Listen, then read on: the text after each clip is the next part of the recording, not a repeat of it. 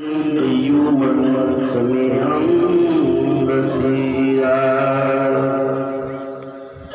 والصلاة والسلام على رسوله أرسله إلى الناس كافة بشيرا ونذيرا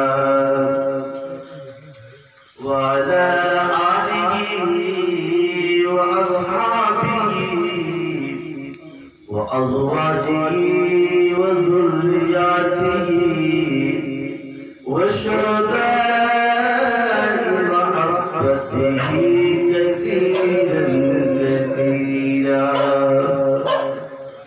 أما بعد فأعوذ بالله من الشيطان الرجيم بسم الله الرحمن الرحيم ولا تقولوا لمن يقتل في سبيل الله أموات بل أحياء ولكن لا تشعرون صدق الله العظيم وصدق رسوله النبي الأمين المتين الكريم ونحن على ذلك من الشاهدين ومن الشاكرين والحمد لله رب العالمين.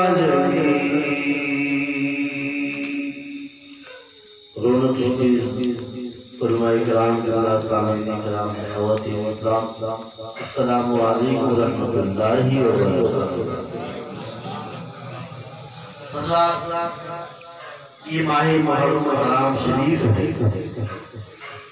اس ماہ مبارک میں بڑی عظیم یادگار شہید کربلا نواز رسول شہزادے بطول نے پیش کیا ہے اور آپ کی یادگار قیامت تک انشاءاللہ پیش ہوئی ہے. بے شک سبحان اللہ بے شک. عزیزان گرامی، ایسی شہادت ایسی قربانی جو امام حسین نے پیش کیا ہے قیامت تک کوئی ایسا پیش نہیں کر سکتا ہے. ایک شاعر امام علی مقام کی بارگاہ میں اندراز ہے تو کہتے ہیں امام علی مقام کی بارگاہ میں، لیکن اس سے پہلے آئیے ہم اور آپ سب لوگ مل کر کے دونوں عالم کے تاجدار شہنشاہ ابرار و خیار سہیل کائنات کے شمس الضحیٰ شام کائنات کے بدر الدجا حضور مصطفیٰ محمد مصطفیٰ صلی اللہ تعالی علیہ وسلم کی بارگاہ بکربلا میں عقیدت اور محبت کے ساتھ روز پاک کا نذرانہ پیش کر دیجیے. اللہم صلی علی سیدنا مولانا محمد وعلی آلہ صلاۃ و سلام علیک یا رسول اللہ صلی اللہ تعالی علیہ وسلم. ایک بار اور محمد والے محمد پہ درود پاک پیش کیجیے. صلی اللہ علیہ وآلہ وسلم. صلاۃ و سلام علیک یا رسول اللہ صلی اللہ تعالی علیہ وسلم. جو دہکتی آگ کے شعلوں میں سویا وہ حسین، جو دہکتے آگ کے شعلوں میں سویا وہ حسین، جو جوان بیٹے کی میت پر نہ رویا وہ حسین، جس نے اپنے خون سے دنیا کو دھویا وہ حسین، جس نے سب کچھ کھو کے پھر بھی کچھ نہ کھویا وہ حسین، مرتبہ اسلام کا جس نے دوبارہ کر دیا، خون نے جس کے دو عالم میں اجالا کر دیا. اور امام حسین عقیدت اور محبت سے ملاحظہ کیجئے کہ نطق جس کا زینت دین پیغمبر وہ حسین، نطق جس کا زینت دین پیغمبر وہ حسین، تاج و شرح مصطفیٰ تفسیر حیدر وہ حسین، لاکھ پر بھاری ہوئے جس کے 72 وہ حسین، تھا مثال مرتضیٰ جس کا تعاون وہ حسین، وہ کی خونی غم کو سانچے میں خوشی کے ڈھال کر مسکرایا موت کی آنکھوں میں آنکھیں ڈال کر. میرے بھائی حسین اعظم نے کتنی عظیم قربانی پیش کی ہے، کتنی عظیم شہادت پیش کی ہے. ذرا قرآن عظیم کی آیت کریمہ آپ عقیدت اور محبت سے ملاحظہ کیجئے تو رب کائنات ارشاد فرماتا وَلَا تَقُولُوا لِمَن يُقْتَلُ فِي سَبِيلِ اللَّهِ أَمْوَاتٌ بَلْ أَحْيَاءٌ وَلَكِن لَّا تَشْعُرُونَ۔ اور جو اللہ کی راہ میں مارے جائیں، اللہ کی راہ میں شہید کیے جائیں، اللہ کی راہ میں ذبح کیے جائیں، انہیں مردہ مت کہو۔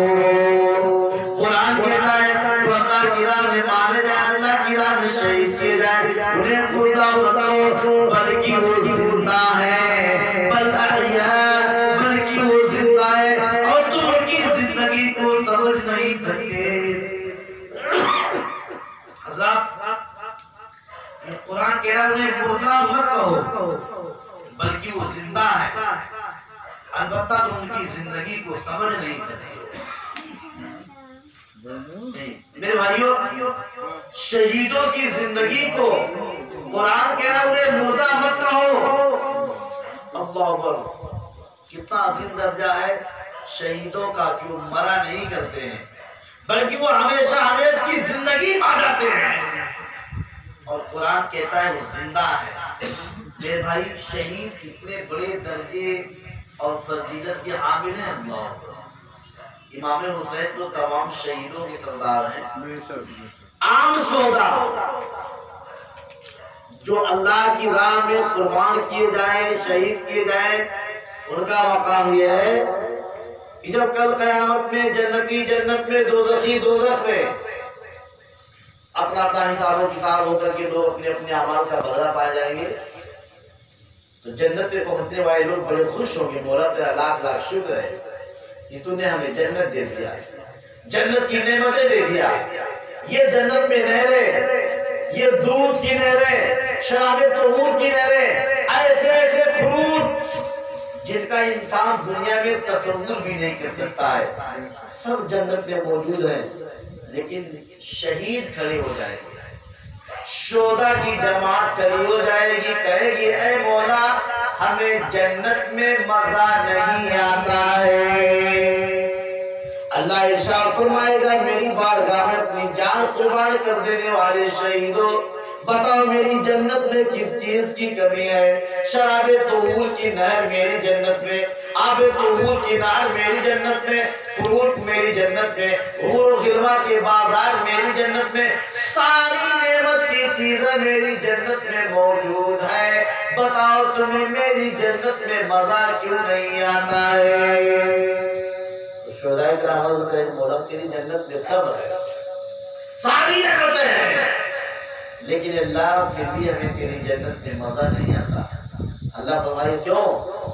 تو شہداء کرام کی روحیں اللہ کی بارگاہ میں عرض کریں گی مولا جب ہم میدان کارزار میں آئے تھے، دشمن کی تلوار ہمارا گردنا تھا، ہمارا مقابلہ تھا، اور جب دشمن کی تلوار ہمارے گردنے پر لگی تھی، ہمارا تن سر سے جدا ہوا تھا تو تیرا دیدار نصیب ہوا تھا۔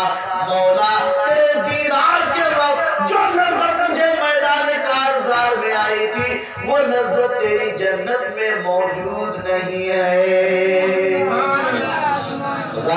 خدا کہے مولا تیری جنت میں سب ہے، ساری نعمتیں ہیں، لیکن جب دشمن کی تلوار سے مقابلہ ہوا تھا، دشمن کی تلوار میرے بدن میں لگی تو اس وقت تیرا دیدار نصیب ہوا تھا۔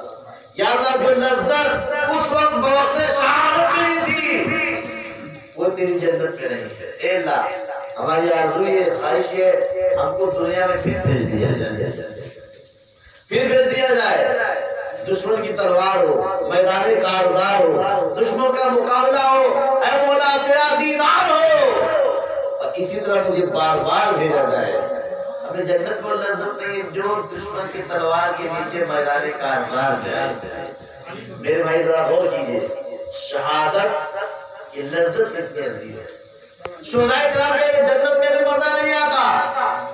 اللہ اکبر، حضرت قرآن شہیدوں کو کہتا ہے کہ مردہ مت کہو،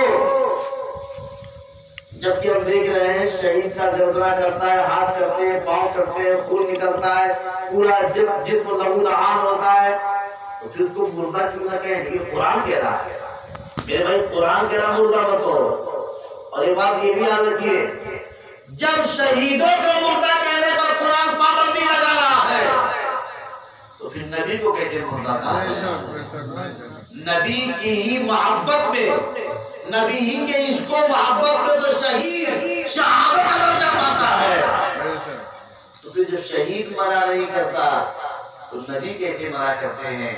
نبی ہمیشہ ہمیش کی زندگی پا جائے کرتے ہیں۔ میرے بھائیوں، تو شہیدوں کو مردہ نہ کہو، اللہ اکبر۔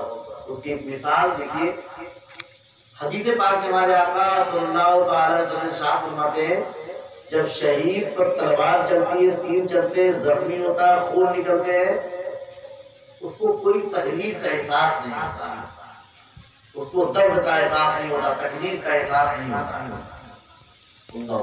کتنا تکلیف اس کو ہوتی ہے؟ ہمارے آقا فرماتے ہیں جیسے کسی کو ہاتھ سے چموٹی کاٹو یا کسی کے بدن میں چیوٹی کاٹے، چیوٹی کاٹنے سے جتنی درد اور تکلیف محسوس ہوتی ہے، شہید کو بہت شہادت اس سے بھی کم تکلیف ہوتی ہے۔ حضرات اس لیے کہ وہ رب کے دیدار میں مست ہوتا ہے، اپنے رب کے دیدار میں مست ہوتا ہے، دیوانہ اپنے رب کے دیکھنے میں مست ہوتا ہے اور اسے کسی طرح کی تکلیف محسوس نہیں ہوتی۔ جیسے آپ جان لیجیے، ڈاکٹر جب آپریشن کرنے کے اپنے مریض کو لٹاتا ہے تو اس کو ایسی دوا پلا دیتا ہے یا انجیکشن لگا دیتا ہے کہ مریض کا آپریشن کی جگہ کاٹتا ہے، پھاڑتا ہے، سب کچھ کرتا ہے، لیکن مریض کو کوئی بھی تکلیف کا احساس نہیں ہوتا۔ کیوں؟ اس لیے کہ اس پر ایسا انجیکشن یا درد، ایسی چیزیں، دوائیاں پلا دی گئی ہیں جس سے اس کو اپنا احساس نہیں ہے۔ بلا تفصیل اسی طرح سے شہید بوقت شہادت اپنے رب کے دیدار میں مغرور ہوتا ہے، اپنے رب کے دیدار میں، اس کے عشق میں مغرور ہوتا ہے، اسے کسی تکلیف کا احساس نہیں ہوتا۔ بات آگئی تو مزید بات اور سنتے ہوئے بڑھیے کہ تکلیف کا احساس کیسے نہیں ہوتا ہے۔ قرآن عزیز میں حضرت یوسف اور زلیخا کے واقعے کو بیان کیا گیا۔ زلیخا کو عورتوں نے تانا دینا شروع کیا، مصر کی عورتوں نے، کہ تم نے غلام پر دل دے دیا، اس کی تم عاشقہ بن گئی اور یوسف کی دل دیوانہ ہو گئی، وہ غلام تمہارا، تم اس کی دیوانی ہو گئی۔ تو زلیخا نے کہا ٹھیک ہے۔ قرآن عظیم اس کا بڑے حسین انداز میں بیان آیا ہے۔ تو زلیخا نے مصر کی عورتوں کی دعوت دی اور دعوت پہ بٹھایا، بٹھانے کے بعد عورتوں کے ہاتھ میں لیمو اور چاقو دے دیا، کالو، اور حضرت یوسف سے کہا کہ آپ ان کے سامنے سے گزریے۔ حضرت یوسف ان عورتوں کے سامنے سے گزرے تو زلیخا نے کہا کہ آپ لوگ، عورتوں کو حکم دیا کہ آپ لوگ اپنے ہاتھوں میں جو لیمو لیے ہو، لیمو کو اپنے اپنے چاقو سے کاٹو۔ عورتیں حسن یوسف میں ایسا مست ہو گئی، وہ یوسف علیہ السلام کو دیکھ رہی ہیں اور اپنے ہاتھ سے، اپنے چھری سے لیمو کو کاٹنے کی بجائے ان مصر کی عورتوں نے اپنے اپنے انگلیوں کو کاٹ کر کے رکھ دیا اور انہیں کچھ تکلیف کیسا ہوا۔ ایسا حسن یوسف کو دیکھنے وہ مست ہے کہ انگلی کاٹ گئی لیکن انہیں تکلیف نہیں ہوئی۔ حضرت قرآن کا بیان ہے، کوئی واقعہ کہانی نہیں ہے۔ اب آپ اندازہ لگائیے، مصر کی عورتوں کو اپنے انگلیوں کے کاٹ دینے پر کچھ بھی تکلیف کا احساس نہ ہوا۔ کیوں؟ اس لیے کہ حسن یوسف میں وہ مست تھی، دیدار یوسف میں مست تھی، دیدار یوسف میں مست تھی، حضرت یوسف کے حسن و جمال کو دیکھنے میں مست تھی۔ اپنی اپنی انگلیاں کاٹ کر کے رکھ دیا، انہیں درد کا احساس نہ ہوا۔ زلیخا نے کہا دیکھ لیا، ان لوگ کہتی تھی یوسف علیہ السلام پر، ایک غلام پر میں دل دے بیٹھی، ان پر میں عاشق ہو گئی۔ ایسے یوسف علیہ السلام نے کہا حسن و جمال اللہ، اس لیے شاعر کہتا ہے یہ حسن یوسف تھا جس پر مصر کی عورتوں نے اپنی انگلی کٹا دیا، اور میرے نبی کا حسن و جمال تو سبحان اللہ، میرے نبی کا حسن تو سبحان اللہ، میرے نبی کا حسن و جمال وہ ہے کہ صرف عورتیں نہیں بلکہ مردان عرب اپنی اپنی گردنیں کٹا کر کے رکھتی ہیں اور انہیں کسی تکلیف کا احساس نہیں ہوا۔ حسن یوسف کے قتیل مصر میں المشت زنا، سر کٹاتے ہیں تیرے نام پہ مردان عرب۔ ایک شاعر کہتا ہے کہ کتنی دلکش ہیں حسن یوسف کی باتیں جنہیں دیکھ کر عورتیں ہاتھ کاٹے. کتنی دلکش ہیں حسن یوسف کی باتیں جنہیں دیکھ کر عورتیں ہاتھ کاٹے اور جسے دیکھ کر سر کٹانے صحابہ. دو عالم کا سردار اپنی جگہ ہے. جسے دیکھ کر سر کٹا دے صحابہ. دو عالم کا سردار اپنی جگہ ہے. میرے بھائی معلوم ہے کہ شہادت یہ عظیم دولت اور نعمت ہے. شہادت پانے والے شہید کو کوئی تکلیف نہیں ہوتی. یہ تو عام شہیدوں کی بات ہے. حضرت سید الشہداء امام حسین کی بارگاہ میں آئیے. آپ کی شہادت دیکھیں. ان کی شہادت تو بے مثال ہے. ان کی قربانی تو بے مثال ہے. ان کے واقعات تو بے مثال ہے. انہوں نے صرف اپنی جان کی قربانی نہیں پیش کیا, اپنے مال کی قربانی نہیں پیش کیا, بلکہ اپنے تمام لڑکوں کو, اپنی اولاد کو, اپنے آوار و انصار کو, اپنی بچیوں کو, اپنی بیویوں کو, اپنی بہنوں کو بھی میدان کربلا کے سنگریزوں نے چھوڑ کر کے اپنے جان کی قربانی پیش کیا. اپنے نگاہوں کے سامنے اپنے بیٹوں کی شہادتیں ملاحظہ فرمائی. میرے بھائی 3 دن اور رات بھوکے پیاسے رہ کر کے حسین نے ایسی قربانی کی بے مثال واقعات پیش کیے جیسی بے مثال قربانی کوئی نہیں پیش کر سکتا. اب میرے بھائی کیوں نہ ہو, نانا نے اپنے حسین کو اس کی تربیت بچپنے ہی دے دی تھی. شہادت حسین کی خبر بہت پہلے سے ہی عام ہوئی. بچپنے سے ہی امام علی مقام کی شہادت کی خبر بہت پہلے سے عام ہو گئی تھی. ایک صحابیہ ہیں, وہ فرماتی ہے ہمیں جو ہے میدان کربلا کی مٹی لا کر کے دی گئی. میدان کربلا کی مٹی دی گئی تھی بہت پہلے سے. اور میرے آقا نے فرمایا تھا یہ مٹی اپنے پاس محفوظ رکھو, جس دن یہ خون بن جائے گا جان لینا کہ میرے نواسے میرے شہزادے کو شہید کر دیا گیا. وہ فرماتی ہے واقعی کچھ زمانہ گزار تو میں نے دیکھا اس شیشی میں جو مٹی تھی وہ خون بن گئی ہے. مجھے اپنے نبی کی بات یاد آ گئی. میرے نبی نے کہا تھا واقعی ضرور کوئی معاملہ پیش آیا ہے, اور جب معلوم پڑا تو واقعی حسین اعظم کی شہادت ہو گئی. میرے بھائی بہت واقعات ہیں کہ میرے حسین کی شہادت کی خبر بہت بچپنے سے ہی عام ہو گئی تھی. بتا دیا گیا تھا کہ حسین کو شہادت ملنی ہے, شہادت ملنی ہے, ایسی ایسی عظیم شہادتیں ملنی ہے. میرے بھائی اسی لیے تو میرے نبی صلی اللہ علیہ وسلم اپنے حسین کو بچپنے جو روتے ہوئے دیکھتے تو نبی بے قرار ہو جاتے, اپنے بچے حسین کو رونے نہیں دیتے. میرے آقا دو عالم کے تاجدار صلی اللہ علیہ وسلم اپنے حسین کی ہر خواہش کو پوری فرماتے, کبھی بھی آپ کا دل نہ توڑتے. اور واقعی حسین اعظم نے ایسی عظیم قربانی کیا. یاد رکھیے میرے حسین میدان کربلا میں مجبور نہیں تھے. آپ نے یہ بار بار سنا ہے, مجبور نہیں تھے کہ ایک قطرے پانی کے لیے. حسین چاہتے تو کئی چشمے نکل آتے. اس کی مثال خواجہ صاحب کی بارگاہ میں خواجہ معین الدین اجمیری رحمۃ اللہ علیہ امام حسین ہی کے خاندان سے. سبحان اللہ, امام حسین کے خاندان سے ہیں. اور آپ نے اجمیر کی دھرتی پر دیکھا میرے خواجہ نے اپنے چھوٹے سے پیالے میں پورے انا ساگر کو اکٹھا کیا ہے نا. واقعات آپ نے سنے. خواجہ نے اپنے چھوٹے سے پیالے میں پورے انا ساگر کو بھر لیا. اور جب چھوٹے سے پیالے میں پورا پانی آ گیا اجمیر میں کوہرام برپا ہو گیا. اس لیے جانور انسان سارے لوگ پینے کا ذریعہ وہی تھا. کہا پانی کیا ہوگا, کہا وہ دیوانہ آیا, جو فقیر آیا ہے, وہ جو اپنے آپ کو اللہ والا بن کر گیا ہے, سارا پانی اس کے کوزے میں چلا گیا. میرے بھائی میں واقعہ نہیں بتانا چاہتا, صرف مقصد آپ کو بتانا چاہتا ہوں مثال دے کر کے. میرے حسین کی اولاد میں انہی کے بیٹوں پوتوں میں خواجہ معین الدین اجمیری ہے. خواجہ معین الدین نے یہ واقعہ پیش کر کے دکھا دیا ہے لوگوں, میرے باپ, میرے نانا, میرے دادا حسین کو مجبور مت سمجھنا. جب اجمیر کی دھرتی پر میں یہ واقعہ پیش کر سکتا ہوں تو میرے دادا حسین تو بڑے پاور والے ہیں, بڑے اختیار والے ہیں. اگر وہ چاہتے تو کربلا کی سرزمین پر پانی کے کئی چشمے نکال دیتے.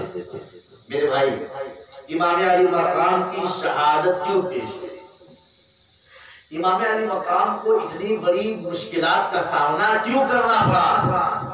تو صرف ایک بات تھی. یزید جو تخت خلافت پر بیٹھا, شرابی, کبابی, زناکار, بدکردار, سیاہکار, بے نمازی، ساری برائیوں کا جامع، اس کا نام یزید ہے۔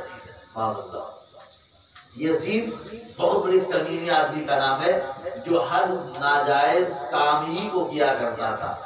حضرت محرمات سے نکاح ناجائز ہے۔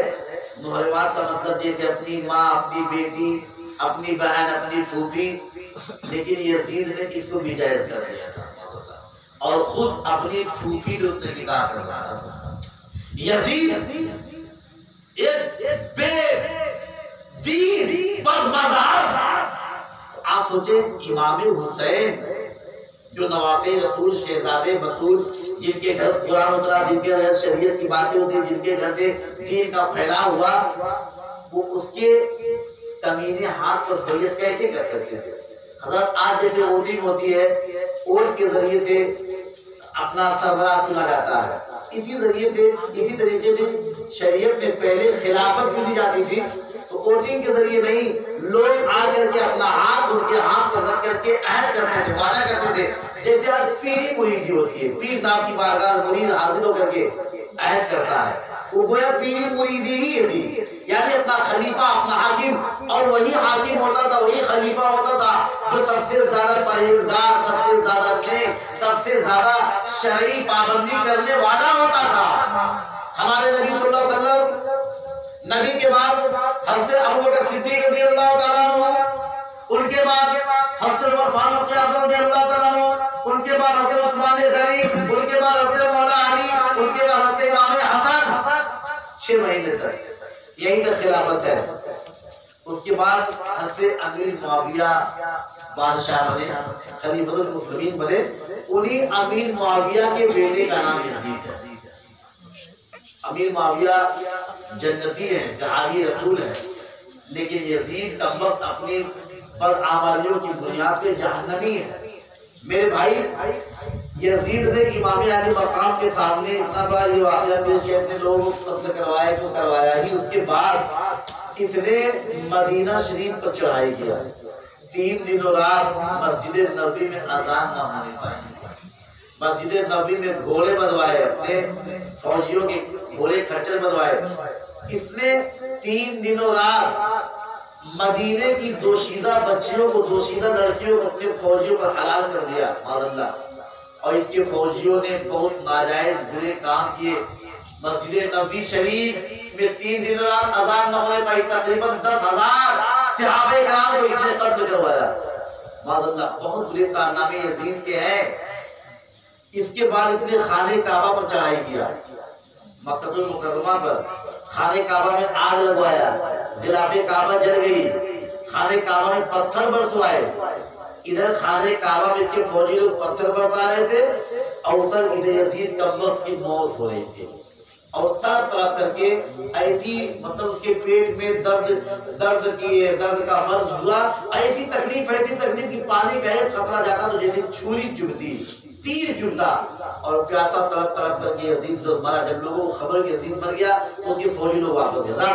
ایسے کمینے آدمی کا نام یزید ہے۔ یزید یہ کہہ رہا تھا، حسین میں خلیفہ بن گیا ہوں، میرے ہاتھ پر ہاتھ رکھ کر کے تم وعدہ کرو کہ مجھے اپنا حاکم مانتے ہو، میں جو کہتا ہوں اسی میں تم بھی ہاں میں ہاں ملاؤ، مطلب میں جو کہوں اس میں رکاوٹ مت بنو، بادشاہی، سلطنت، حکومت، پیسہ، مال و زر جو چاہیے میری بارگاہ سے ملے گا، لیکن میں کہتا ہوں نماز نہ پڑھو تو تم بھی نماز نہ پڑھنا شروع کرو، مسجدوں کی بنیاد نہ ہو تو نہ ہو، ناجائز کام کا فروغ ہو تو ناجائز کام کا فروغ ہو، میں جو کہوں میری طبیعت چلے، شریعت نہ چلے، ایسا یزید کہتا تھا۔ آپ سوچیں امام حسین اس کی بات کیسے مان لیتے؟ آج کچھ لوگ کہتے ہیں کہ امام حسین رضی اللہ تعالیٰ عنہ خلافت لینے، یزید کو شکست دینے کے لیے میدان کربلا میں گئے، لڑائی لڑنے گئے تھے۔ میرے بھائی، حسین میدان کربلا میں لڑائی لڑنے نہیں گئے تھے، اگر وہ جنگ لڑنے جاتے اپنے ساتھ میں 6 مہینے کے اپنے بیٹے علی اصغر کو کیوں لے کر کے جاتے؟ اگر وہ جنگ لڑنے جاتے اپنے بیوی بچوں کو کیوں لے کر کے جاتے؟ اگر وہ جنگ لڑنے جاتے تو اپنے ساتھ ایک فوج لے کر کے جاتے۔ امام حسین کے نام پر کون تھا جو ان کی بات کا انکار کرتا؟ لیکن میرے حسین نے یہ سب گوارا نہ کیا۔ حسین دین کی حفاظت کے لیے، قرآن کے تحفظ کے لیے، نانا کی شریعت کی پاک بھالی کے لیے میدان کربلا تک گئے اور آپ نے واقعی وہ کارنامہ انجام دیا، ورنہ حق ہے کہ نبی نے دین لا کر کے ضرور دیا، لیکن اس میں زندگی امام حسین نے پیدا کیا۔ آج امام حسین کا یہ کارنامہ نہ ہوتا، یہ مسجدوں کے مینار نظر نہ آتے، شریعت کے قوانین نظر نہ آتے، شریعت کے اصول و ضوابطیں نظر نہ آتے۔ میرے بھائی امام علی مقام نے اسی کی اس بیعت کا انکار کر دیا، نہیں میں یہ نہیں کروں گا، میں شرابی کے ہاتھ پر، جواری کے ہاتھ پر، زناکار کے ہاتھ پر، بدکردار کے ہاتھ پر، ایک ظالم کے ہاتھ پر، ایک فاسق کے ہاتھ پر، ایک فاجر کے ہاتھ پر میں بیعت کروں؟ مطلب اس کو اپنا پیر مانو، اپنا امام مانو، اپنا خلیفہ مانو، اپنا سب کچھ تسلیم کروں؟ حضرات یاد رکھیں، چاپلوسی بھی لوگ اپنے بچاؤ کے لیے ترقی کے لیے کرتے ہیں، لیکن حق گوئی، سچائی کا بیان کرنا، حقانیت کا بیان کرنا، یہی امام حسین کی تعلیم سے ہمیں آپ کو سبق ملتا ہے کہ کبھی بھی کسی ناجائز ہاں میں ہاتھ نہ ملایا جائے، کوئی چاپلوسی یا کسی کو خوش کرنے کے لیے طبیعت کا استعمال نہ کیا جائے، بلکہ ہمیشہ شریعت کا استعمال کیا جائے، شریعت کا جو اصول و ضابطہ ہو اسی کو پیش کیا جائے۔ میرے بھائیوں، بہرحال یزید نے خلافت پر بیٹھنے کے بعد سب سے پہلا حکم نامہ جاری کیا کہ 2-4 لوگ ایسے ہیں جو اگر میری خلافت تسلیم کر لیں تو سب لوگ مجھے خلیفہ مان لیں۔ اس میں حضرت امام حسین کا نام سب سے پہلے عبداللہ ابن زبیر، عبداللہ ابن عمر، عبد الرحمن ابن ابو بکر، یہ چند افراد جو اس وقت کے بڑے نیک پرہیزگار لوگوں میں تھے، اور سب سے زیادہ پرہیزگار یہ نواقِ رسول امام حسین رضی اللہ تعالیٰ عنہ تھے، خلافت کے سچے حقدار، امامت کے سچے حقدار حضرت امام حسین رضی اللہ تعالیٰ عنہ تھے۔ انہی کو خلیفہ، چونکہ اس وقت جو ہے یہ پارٹیاں نہیں بلکہ جو سب سے زیادہ نیک ہوتا تھا وہی وقت کا خلیفہ ہوتا تھا، وہی امام ہوتا تھا، وہی نماز کی پڑھاتا تھا، وہی حکومت چلاتا تھا، اسی کو سب سے بڑا درجہ ملتا ہے۔ میرے بھائی، تو امام حسین کے سامنے کوئی ان کے مقابلے میں نہیں ہے۔ مدینہ شریف ہے جہاں میرے امام حسین موجود ہے، وہاں کے گورنر ولید نے امام حسین کو بڑی ادب سے بلوایا اپنے دولت کے پر، اور بلوانے کے بعد یزید کا خط پیش کیا۔ اس میں لکھا تھا یہ چند لوگ ہیں، ان سے جلدی میری بیعت دی جائے، اگر انکار کریں تو قتل کر دیا جائے۔ امام حسین نے یہ خط دیکھا تو ہاشمی خون جوش میں آ گیا، آپ نے اپنے دربار میں سے باہر نکال دیا کہ میں یزید جیسے کمینے شرابی کے ہاتھ پر بیعت کروں، انکار کرتے نہیں، یہ نہیں ہوگا، جو ہوگا دیکھا جائے گا۔ آپ نے کھلا انکار کریا۔ اس کے گورنر نے کہا حضور میں آپ کی تعظیم کرتا ہوں، آپ نواز رسول ہے، شہزادے رسول ہے، لیکن آپ اس میں کچھ غور و فکر کر لیجئے، سوچ لیجئے۔ آپ نے فرمایا نہیں، کچھ سوچنے کی ضرورت نہیں ہے، مجھے جواب دینے کے کوئی ٹائم نہیں چاہیے، میں یزید کے ہاتھوں پر بیعت نہیں کر سکتا۔ دیکھا آپ نے حالات بڑے خراب ہو گئے، آپ نے سوچا کہ مدینہ میں ہی جنگ کی نوبت نہ آ جائے، یہاں پر میرے نانا کا روضہ ہے، میرے نانا کا مزار ہے، میری ماں کی قبر ہے، میرے ماں کی قبر ہے، میرے بھائی کی قبر ہے، یہاں پر خونریزی ہو، یہ اچھا نہیں ہے۔ آپ رات کے وقت اپنے اہل و عیال کو آپ نے حکم دیا کہ تیاری کرو، آج ہی رات میں ہمیں یہاں سے کوچ کر جانا ہے، یہاں سے چلا جانا، کیونکہ حالات بہت خراب ہو چکے ہیں، یہاں رہنا ٹھیک نہیں ہے، یہاں سے مکہ شریف چلے جائیں گے، مکہ شریف میں جائیں گے، خانہ کعبہ میں اللہ کریں گے، خدا کی عبادت کریں گے، یاد کریں گے، انشاءاللہ وہی سے کامیابی ملے گی، وہی سب کچھ ہو جائے گا۔ چھوٹا سا قافلہ رات کے سکاتے میں، آپ کی بچیاں، بیوی، بچے سب لوگ تیاری کر رہے ہیں، اور میرے حسین لگ بھگ آدھی رات کا وقت ہے، اندھیرے کا عالم ہے، سناٹا ہے، پورے دنیا کے لوگ اپنے اپنے بستروں پہ آرام کر رہے ہیں، لیکن ایک کربلا کا مسافر دین کی بقا کے لیے، دین کو تحفظ دینے کے لیے اپنے گھر کو خیر آباد کہنے پر تیار۔ میرے حسین اپنے نانا کے مبارک اپنے نانا کے مبارک مزار اقدس پہ حاضر ہوئے، نانا کے گنبد خضرا بڑے ادب کے ساتھ سلام عرض کیا۔ رات کا سناٹا ہے، نانا کی بارگاہ میں جیسا کہ یہ معلوم ہے کہ فرشتے 70,000 فرشتے شام کو، 70,000 فرشتے صبح کو بارگاہ مصطفیٰ میں صلاۃ و سلام پڑھنے کے لیے حاضر ہوتے ہیں۔ میرے حسین ہاتھ پاس کر کے کھڑے ہیں، آنکھوں سے آنسو جاری ہے، عرض کرتے ہیں نانا جان میں آپ کا ولی حسین ہوں،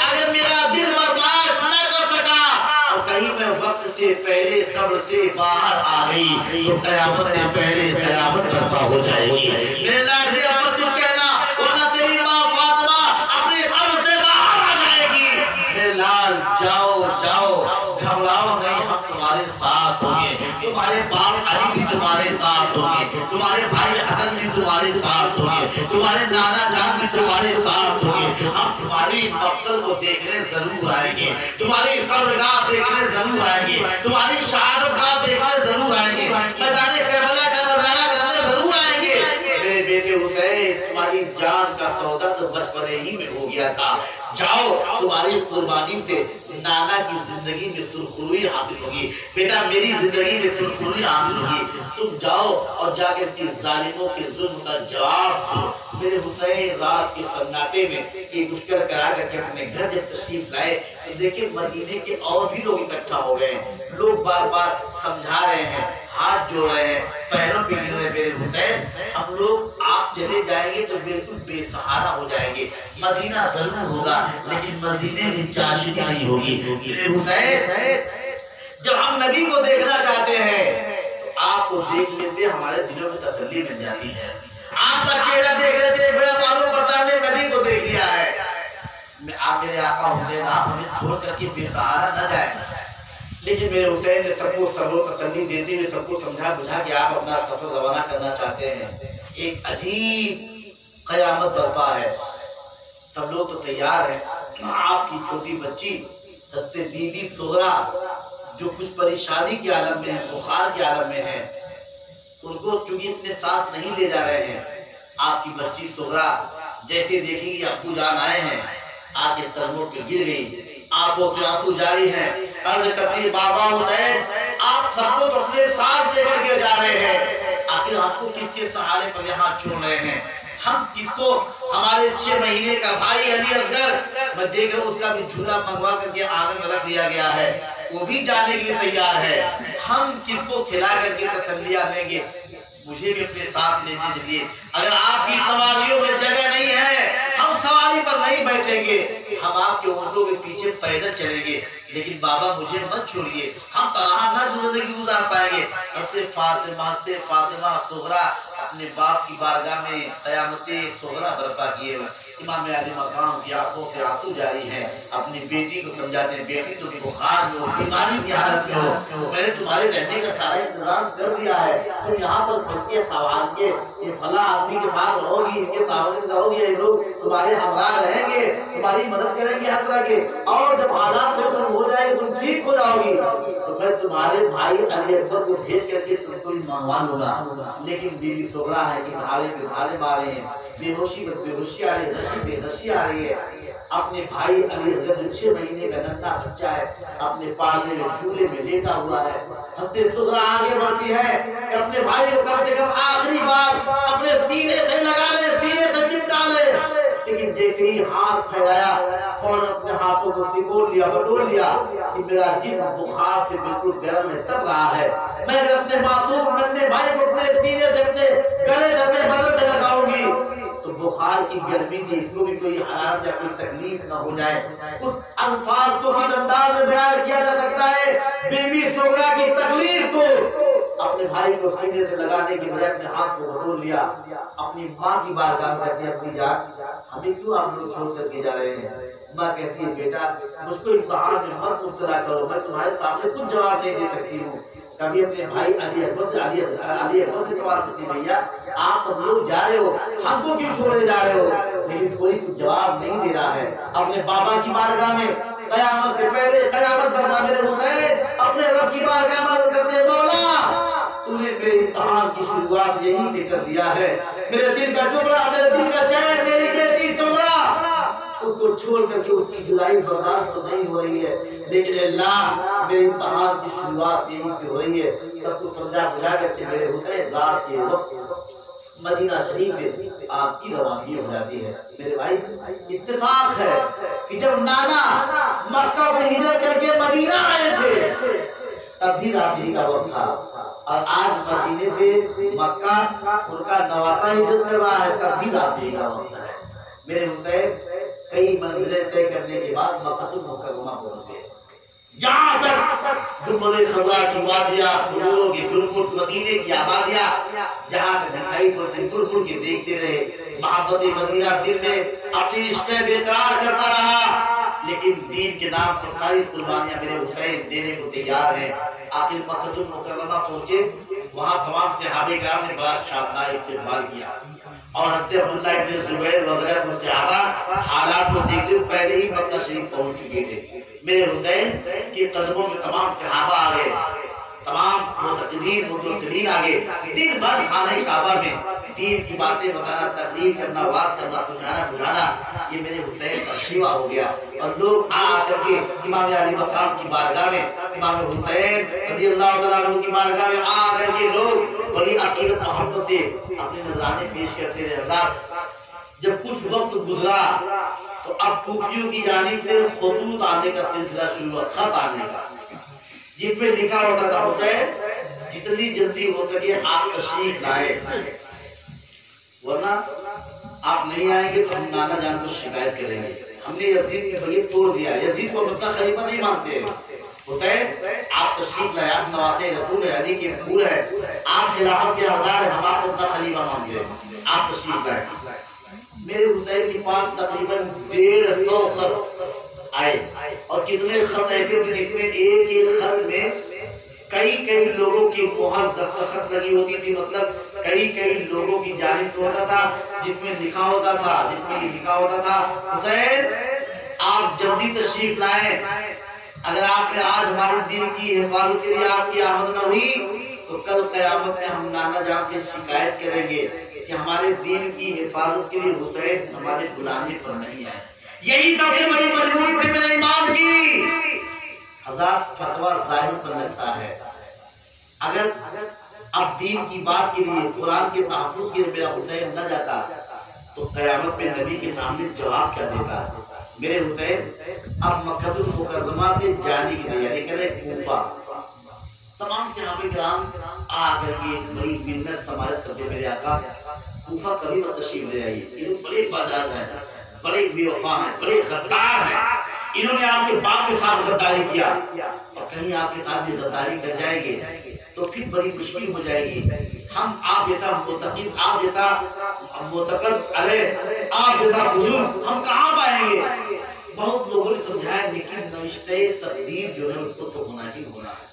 میرے حسین اللہ تعالیٰ، جبکہ ذی الحجہ شریف کا مہینہ ہے، ذی الحجہ کا مطلب حج والا مہینہ، تقریباً 4-5 تاریخ ہو چکی ہے، پوری دنیا کے کونے کونے سے مسلمان حج کرنے کے لیے مکہ شریف آ رہے ہیں، اور پیدل مدینہ سے مکہ 2500 حج کرنے والا یہ امام حسین، اس سے بڑا حج حج اکبر ادا کرنے میدان کربلا کی تیاری میں۔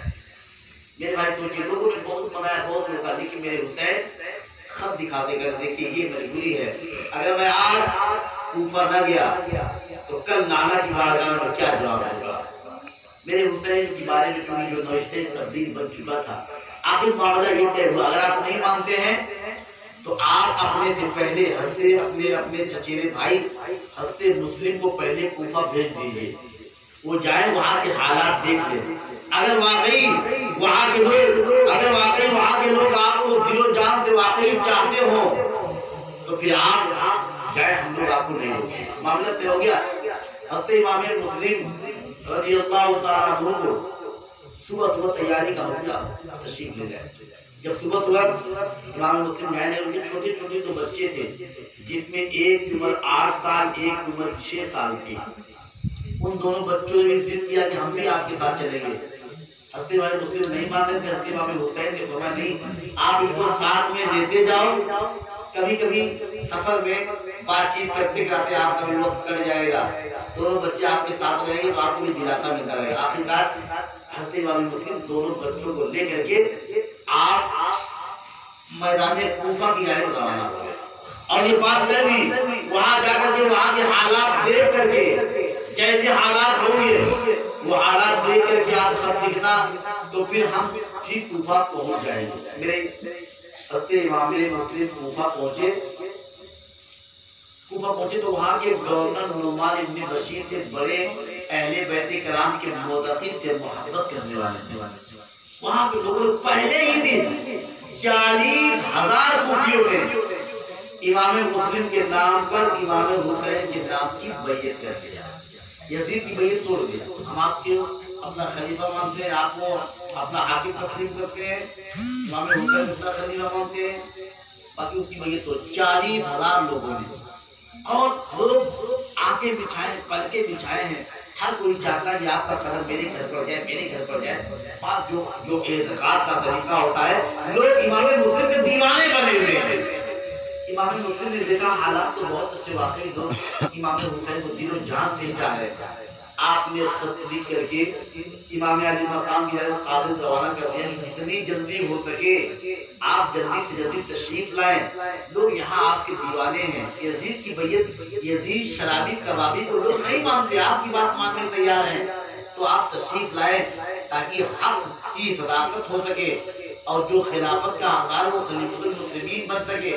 میرے بھائی ادھر امام مسلم نے اپنا قاصد روانہ کیا اور ادھر جو یزیدی طرح کے لوگ تھے، کچھ لوگ یزید کے ہم نوا، ان لوگوں نے دیکھا کہ امام مسلم کے ہاتھوں پر بیعت ہو رہی ہے، اتنے لوگ ان کے متحد بن گئے اور نعمان ابن بشیر جو وہاں کے گورنر نے کچھ بھی روک تھام نہیں کر رہی ہے، کھلم کھلا سب کو اجازت ہے یزید کی بیعت توڑو، جبکہ یزید کے تنخواہ دار ہیں، یزید نے ان کو اپنا گورنر بنایا۔ بہرحال تو یزیدیوں کے کچھ لوگوں نے اپنا قاصد ایک خط یزید کے پاس لکھ کر کے بھیجا، ادھر امام مسلم کا قاصد روانہ ہو رہا ہے، ادھر یزیدیوں کا قاصد یزید کے پاس روانہ ہوا۔ یزید نے جب خبر پایا کہ امام مسلم کوفہ میں امام حسین کے نام کی بیعت کروا رہے ہیں اور میرا گورنر کوئی بول نہیں رہا ہے، سب لوگ اسی کی ہمنوائی کر رہے ہیں، تو یزید نے اس وقت بصرہ کے گورنر عبید اللہ ابن زیاد جو بڑا مکار، بڑا کمینہ، بڑا سخت دل گورنر تھا، بصرہ کا گورنر تھا، یزید نے فوراً حکم دیا جتنی جلدی ہو سکے تو کوفہ پہنچو اور نعمان ابن بشیر جو وہاں کے گورنر ہیں ان کو معزولی کا خط بھی تھا، ان کو معزول کرو، ہٹا کر کے تم حکومت چلاؤ اور جیسے ہو سکے امام مسلم کو قتل کر دو، امام حسین کو کوفہ کے اندر داخل مت ہونے دو، میری بیعت دو، میری بیعت کا انکار کرے تو انہیں فوراً قتل کر دو۔ ابن زیاد کیونکہ کوفہ میں لوگ بے قرار تھے، امام حسین کے لیے بے قرار تھے، کتنی جلدی آگے دن ہے، تو یہ مکار دغاباز گورنر بصرہ کا ابن زیاد یہ مغرب اور عشاء کے بیچ میں حجازی لباس، یعنی ایسا معلوم پڑے کہ مکہ سے آئے، مکہ والا لباس رہتے تھے، اسی راستے سے کوفہ میں داخل ہونا مکہ مغرب اور عشاء کے درمیان، تاکہ لوگ سب دیکھ نہ پائیں، چہرے پر نقاب ڈال دیا تاکہ لوگ یہ سمجھے کہ امام حسین آ رہے، لوگ حسین ہی کے دیوانے بنے۔ اور جب اس شہر میں داخل ہوا تو واقعی لوگ عقیدت کے ساتھ سب دستک بھیڑ لگی ہے، امام حسین تشریف لا رہے ہیں، نعرہ فلک گوشت لوگ سب عزت و تقریب، اور یہ کمبخت نقاب ڈالے ہوئے ان لوگوں کو رکا نہیں، سیدھے اپنا گھوڑا دوڑاتے ہوئے سیدھے آگے بڑھ گئے، آگے بڑھتا ہوا جا رہا، آگے بڑھتا جا رہا۔ اب ان کے جو دیوانی لوگ سمجھے کہ ہم امام حسین کی تعظیم و تقریب کے لیے کھڑے اور یہ آگے بڑھتے ہوئے چلے جا رہے ہیں، ہم لوگوں کو بات رک نہیں رہے، خدا یہ سیدھے دارالخلافت پہنچا جو حکومت کا اپنا گھر ہوتا ہے، اور اس کے پیچھے کچھ فوجی بھی آگے آنے کے بعد اس نے پورے شہر میں اعلان کروا دیا کہ میں ابن زیاد، میں یہاں کا گورنر ہوں، نعمان ابن بشیر معذور ہے، مجھے یزید نے بھیجا ہے، میں حاکم وقت ہوں یہاں کا، اگر کسی نے بھی حسین کا نام لینا چاہا اس کے گھروں میں آگ لگا دی جائے گی، اس کا گھر جلا دیا جائے گا۔ دھمکیاں الفاظ میں پہلے کر دیے۔ اب کوفہ کے لوگ بے وفا غدار لوگ جو امام مسلم کی عقیدت میں آگے پیچھے لگے رہتے تھے، اب دھیرے دھیرے لوگ دور ہونا شروع ہوئے۔ حکومت کی سختی، جبکہ اس وقت چاہتے تو ابن زیاد کے ساتھ کوئی زیادہ فوج نہیں آئی تھی، اگر کوفہ کے لوگ چاہتے تو ہمت اور دلیری بہادری کرتے تو وہ کر سکتے تھے، گرفتار کر سکتے تھے، لیکن جو تقدیر میں لکھا ہوا اس کو تو پورا ہونا ہے، اپنے منزل مقصود تک پہنچنا ہی پہنچنا ہے۔